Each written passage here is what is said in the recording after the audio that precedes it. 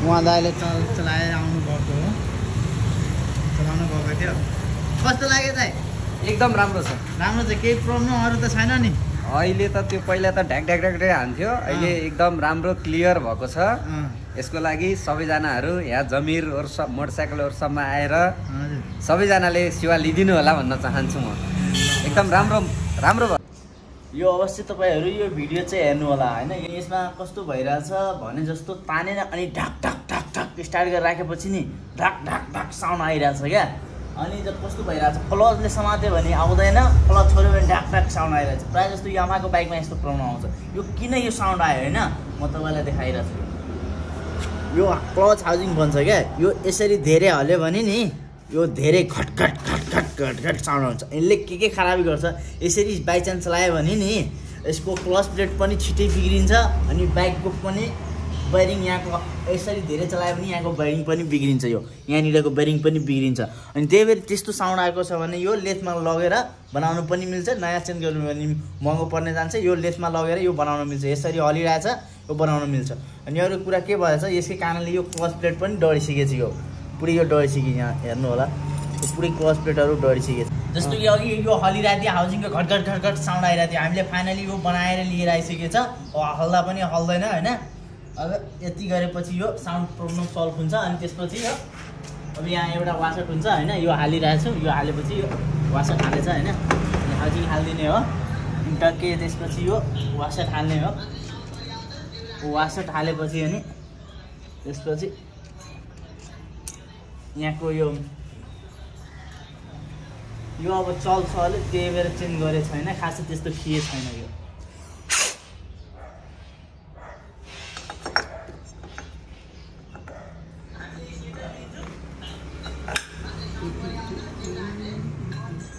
यो टक्कै यो अब यहाँको नट कसरी हाल्ने हो, यो प्रायः जस्तो म हेर्छु होइन। प्रायः जस्तो यो नट यो हाल्दाखेरि मान्छेहरू अल्टर गरिरहेको हुन्छ। यो ठक्कै 4वटा खाँच छ, यहाँ छ यहाँ छ यहाँ छ होइन। यो जुन खाँच छ नि यो भाग छ नि यो यसरी यसमा बस्नुपर्ने। कुनै मान्छेलाई हेर्छु अल्टर यसरी हालेको हुन्छ, यसरी हुँदैन। यो 4वटा खाँचमा कुनै ठाउँमा एक ठाउँमा हाल्दा यसरी बिचमा ठक्कै लक हुन्छ। यो यसरी लक हुनुपर्छ। अनि यहाँ त्यसपछि यो नट हाल्नुपर्ने हुन्छ। यो नट हालेर टाइट गर्नुपर्ने हुन्छ यो। अनि त्यसपछि यो हुन्छ।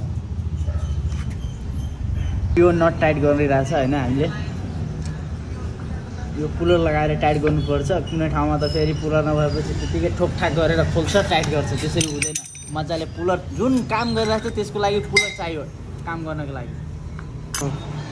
अब जस्तो कि मैले यसमा क्लच प्लेट चेन्ज गर्न लागेको छु होइन, यसको बिग्रिसकेको थियो। त्यही भएर अब यो क्लच प्लेटमा पनि कुनै उल्टो कुनै सुल्टो हुन्छ होइन। अब प्रायः जस्तो म हेर्छु जुन जस्तो छ त्यस्तै पाएर हालिदिन्छ। अब यसमा तपाईँलाई म देखाउन गइरहेको छु होइन। यो प्लेट अनि यो प्लेट, यो दुईवटा प्लेट सेम हुन्छ होइन। यो दुईवटा प्लेट सेम छ। अनि यो प्लेट तपाईँहरू याद गरेर राम्रोसित हेर्नु होला होइन। यो दुईवटै प्लेट फरक हुन्छ, यो दुईवटा प्लेट फरक हुन्छ। यहाँ हेर्नु यो दुईवटै प्लेट फरक फरक छ। अनि प्रायः जस्तो म हेर्छु जुन जता पाएँ त्यतै हालिदिन्छ। हेर्नु होला यसको पेपरको क्वालिटी अलिक अर्को छ, यसको चाहिँ अलि अर्कै खालको छ। अनि यो कसरी हाल्ने हो खास होइन। यो यस्तो हुन्छ, एउटा चाहिँ यो फर्स्टमा हाल्नुपर्ने हुन्छ, त्यसपछि यो दुईवटा क्वालिटी अर्को छ नि, त्यसपछि यो दुईवटा बिचमा हुन्छ, यो चाहिँ लास्ट एउटा फर्स्टमा हुन्छ।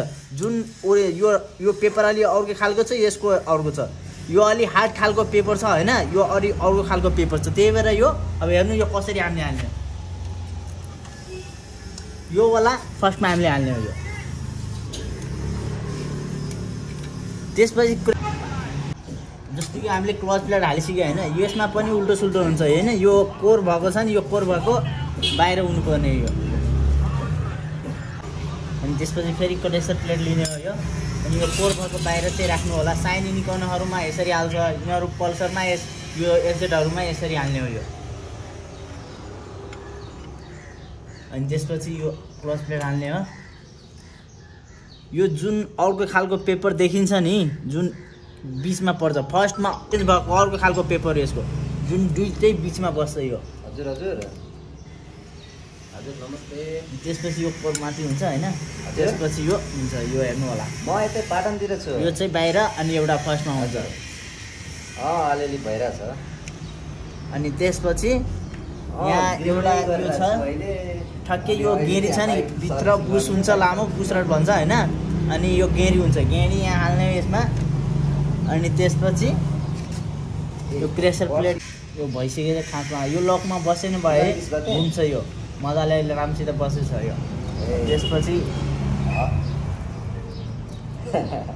हुन्छ मिलाएर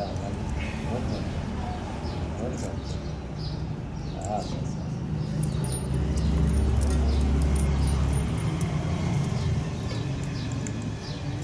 त्यसपछि यो सर्टकै स्प्रिङ हालेर हाल्नुपर्ने हुन्छ नटहरू हाल्नुपर्ने हुन्छ यो त्यसपछि यो त्यहाँनिर नट नहाल्यो भने चाहिँ के हुन्छ बाहिर आउँछ क्लच काम गर्दैन क्लच हाल्दाखेरि बाहिर आउँछ यो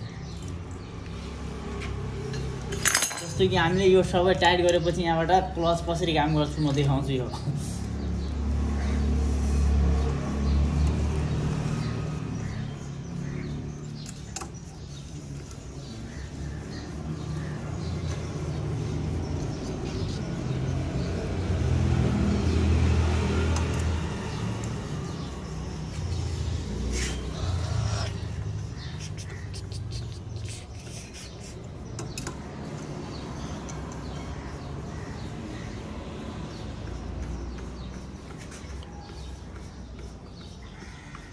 फुल टाइट भइसक्यो यो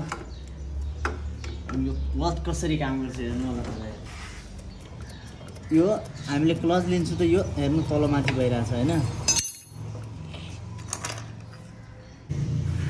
जस्तो कि मिस्त्रीलाई के भन्न चाहन्छु होइन जस्तो कि यो क्लच प्लेट हामीले चेन्ज गरिसकेको थियो एफजेडहरूमा R15 V3 MT-हरूमा जस्तो कि यहीँबाट एडजस्ट गर्न मिल्छ यहाँबाट होइन अब जस्तो कि यहाँबाट एडजस्ट गरेपछि यहाँ के गरिदिनु होला अलि लुज टाइट गर्नलाई यहाँ स्पेस कम्तीमा छोडिदिनु जस्तो कि कसैको क्लच प्लेट टाइट भइसकेको छ भने लुज गरिदिने अब लुज छ भने यहाँबाट कम्तीमा टाइट गर्नलाई मिस्त्रीले के गर्छ ठक्कै पुरै मिलाएर यहीँबाट एडजस्ट गरिदिन्छ लुज गर्ने ठाउँमै हुँदैन त्यही भएर यहाँ अलिकति छोडिदिनु होला तपाईँहरू माथिबाट टाइट लुज गर्नलाई त्यहाँ छोडिदिनु होला मिस्त्रीलाई म भन्न चाहन्छु यो कुरो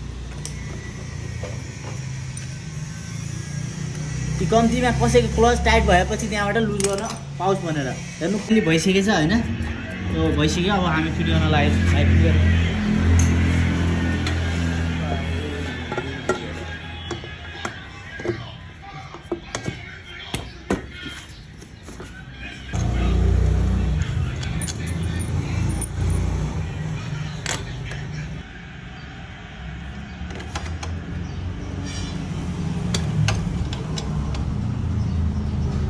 हालिरहेको छ भाइले अब फाइनली पुरै नट टाइट गरिसकेको छ मोबाइल फिल्टरको नट बाँकी छ टाइट गर्ने अब त्यसपछि मोबाइल हाल्ने अनि त्यसपछि बाइक स्टार्ट गरेर तपाईँहरूलाई सुनाउँछु साउन्डहरू कस्तो के आयो उहाँ कस्टमर दाइले पनि सोध्छु के कस्तो चित्त बुझेछ कि छैन भनेर लागिरहेछ भाइले मोबाइल हाल्न लागेको छ यसमा अब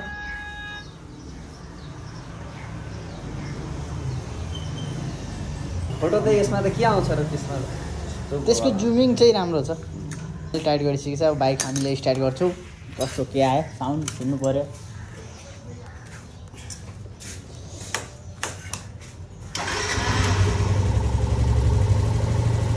कस्तो छ दाइ साउन्ड तपाईँले भनिदिनु पऱ्यो अघिमा अहिलेमा कतिको फरक छ अघि र अहिलेमा त धेरै नै फरक छ साउन्डहरू आयो कि अघिको घटघट घटघट आउने साउन्ड ढ्याक ढ्याक ढ्याक ढ्याक ढ्याक ढ्याक ढ्याक ढ्याक हुन्थ्यो त्यो डोजरले ढुङ्गा पुडाउनला हुन्छ नि हो त्यस्तै साउन्ड आउँथ्यो भने अहिले चाहिँ अहिले छैन होइन चित्त बुझ्यो नि अब एकचोटि जान चलाएर हेर्नु होइन पिकअप सिकअप के आयो एकचोटि मलाई भन्नुहोस्